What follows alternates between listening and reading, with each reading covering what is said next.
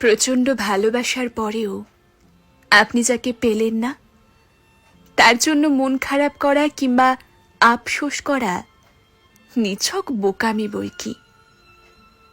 আফসোস তো সে করবে যে আপনার কাছ থেকে এত ভালোবাসা, এত যত্ন আদর পাওয়ার পরেও আরেকটু ভালো থাকার জন্য অন্য কাউকে বেছে নিয়েছে।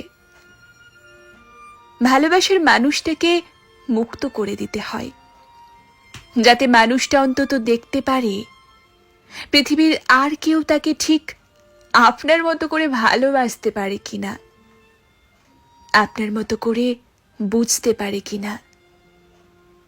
আর যখন সেই মানুষটা পুরো পৃথিবী ঘুরেও আপনার মতো কাউকে পাবে না, ঠিক তখনই চরম আফসোস করবে, নিজেকে সান্ত্বনা দেওয়ার ভাষা হারিয়ে ফেলবে।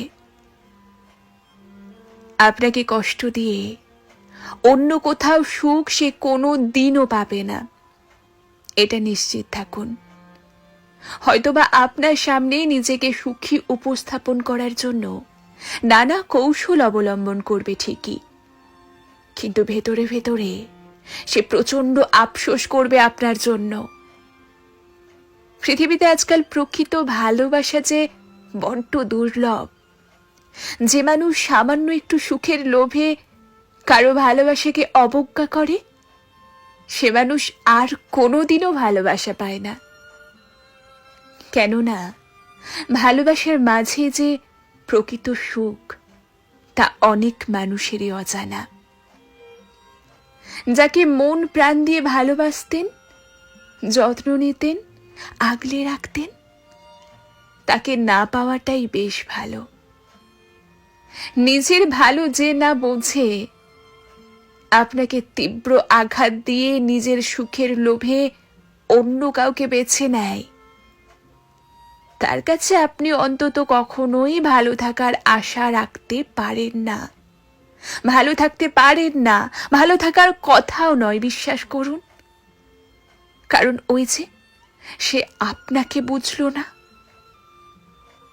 মনে রাখবেন, যাকে প্রচণ্ড ভালোবাসা যায়, তার থেকে যে প্রচণ্ড ভালোবাসে, তাকে হারানোর বেদনা অধিক কষ্টের এবং যন্ত্রণাদায়কও বটে।